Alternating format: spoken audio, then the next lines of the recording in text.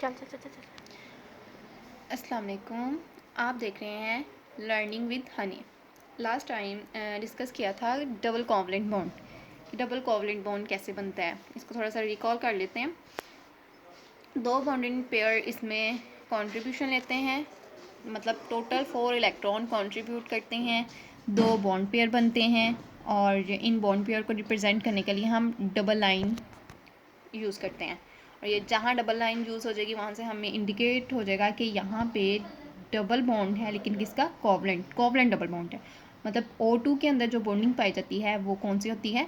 Double covalent bonding. इसी तरह आगे उन्होंने हमें एग्जांपल दी थी इथीन की। इसको हमने डिस्कस किया था कि इथीन में डबल बॉन्ड भी होता है as well as single bond भी पाया जाता है।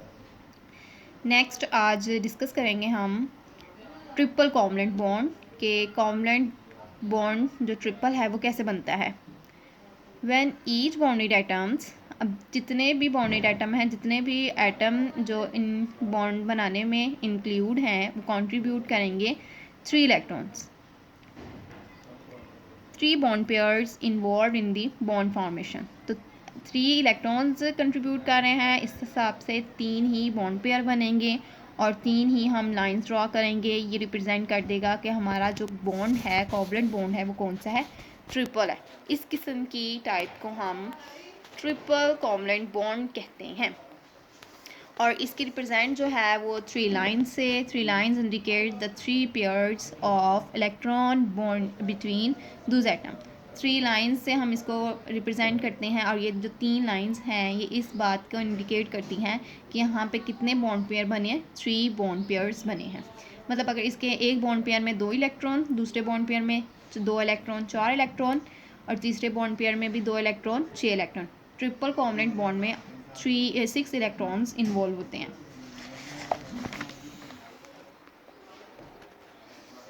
Molecules of such compounds, for example of having triple covalent bonds are nitrogen N2 है, इसके अंदर जो बॉन्डिंग पाई जाती है वो ट्रिपल कोवलेंट बॉन्ड की।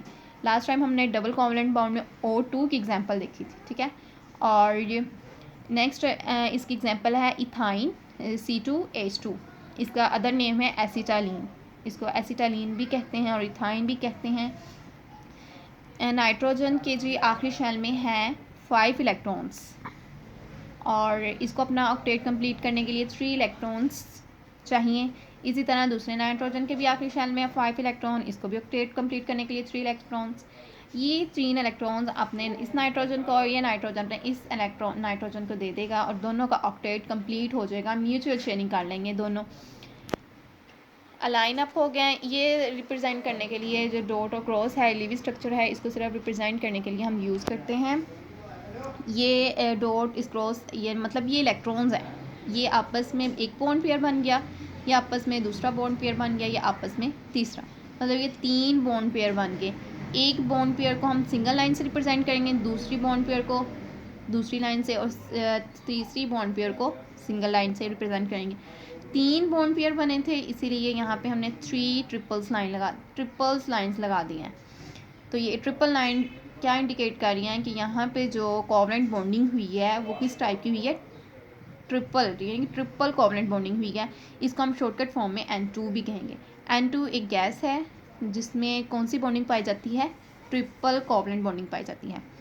इसी तरह इथाइन और एसिटाइलिन की उन्होंने एग्जांपल ली है कि कार्बन के आखिरी शेल में 4 इलेक्ट्रॉन होते हैं, इसके आखिरी शेल में 4 इलेक्ट्रॉन्स और होने चाहिए ताकि इसका ऑक्टेट कंप्लीट कर ले। तो ये 3 इलेक्ट्रॉन इस कार्बन से लेगा और 1 इलेक्ट्रॉन इस हाइड्रोजन से लेगा, तो ये 3 और 1 4, इसका ऑक्टेट कंप्लीट हो गया।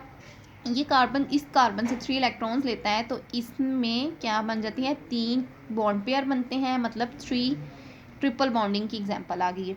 और ये कार्बन इस हाइड्रोजन से 1 इलेक्ट्रॉन, मतलब इधर 1 बॉन्ड पेयर बनता है, तो यहाँ पे हम सिंगल बॉन्ड की से रिप्रेजेंट कर देंगे।